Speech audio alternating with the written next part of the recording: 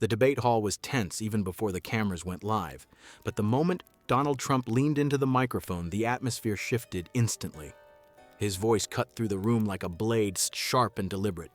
"Representative Crockett, you should learn some respect," he barked, his words echoing with authority. "You talk big, but you've done nothing but embarrass yourself and this country." Gasps rippled across the audience. Some clapped in approval, others shook their heads in disbelief. The moderators glanced nervously at each other, knowing the debate had just crossed into dangerous territory.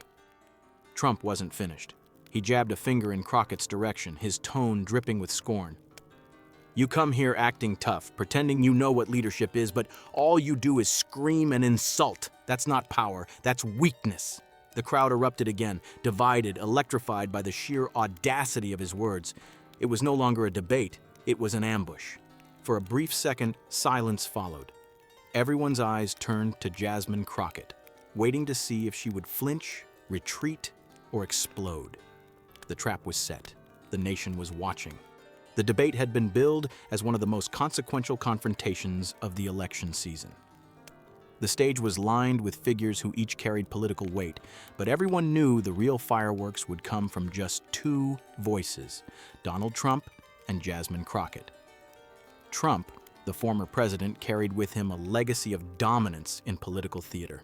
He thrived on conflict, on spectacle, on the kind of raw exchanges that turned policy discussions into viral moments.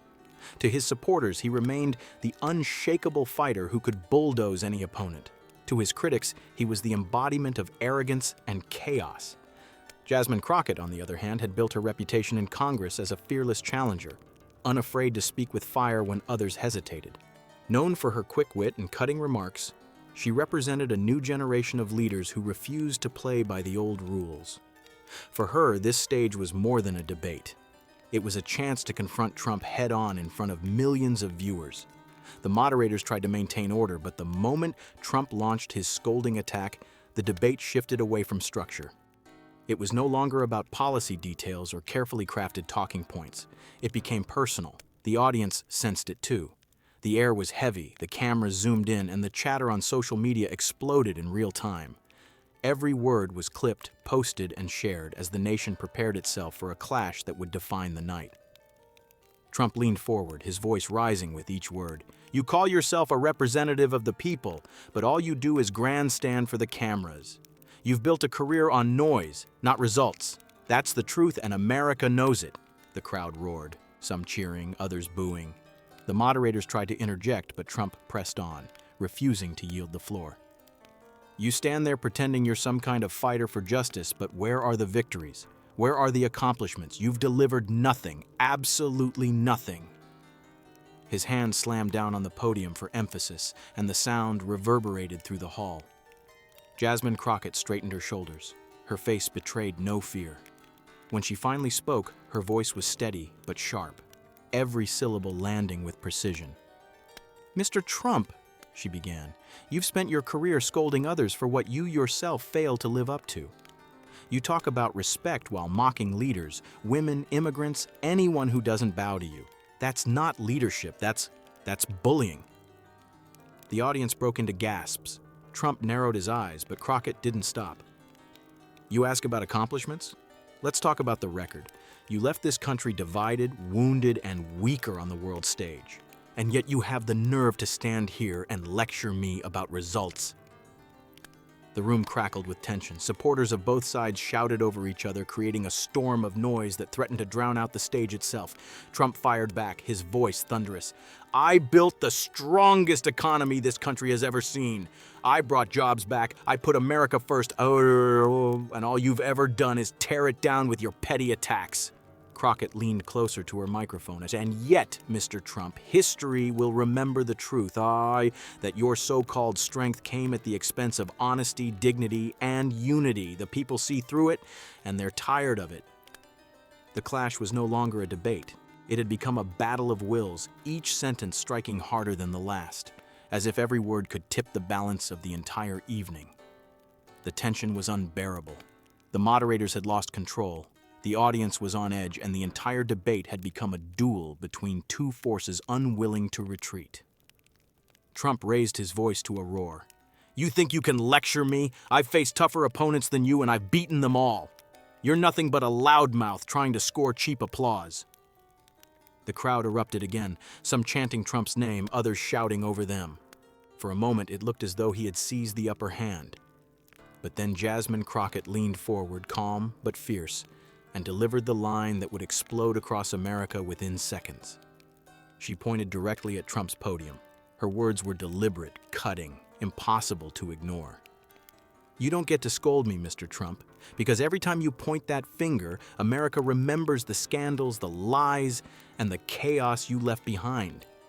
You want to call me weak? At least I don't need to hide behind lawyers, indictments, and excuses."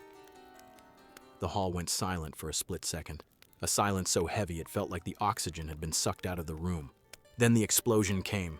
Cheers, gasps, and shouts all colliding in a thunderous wave. Trump's face flushed, his mouth opened to fire back, but the damage was done.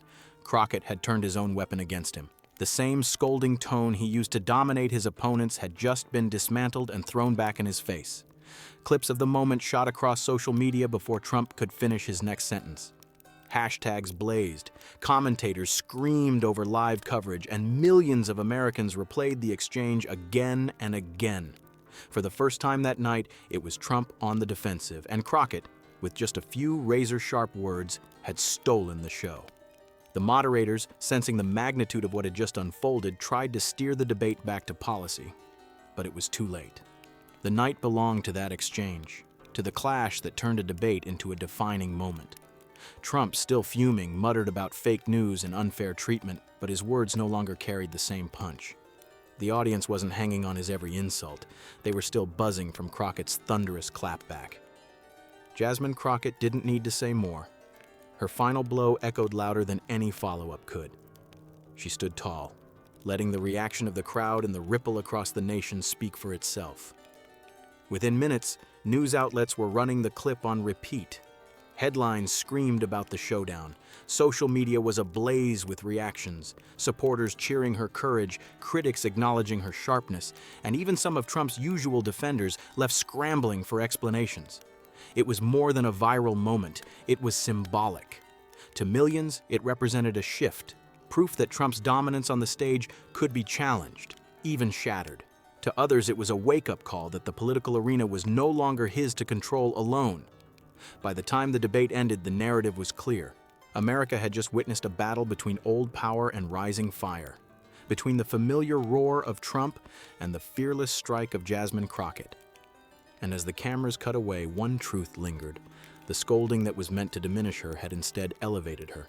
The clapback was more than epic, it was historic.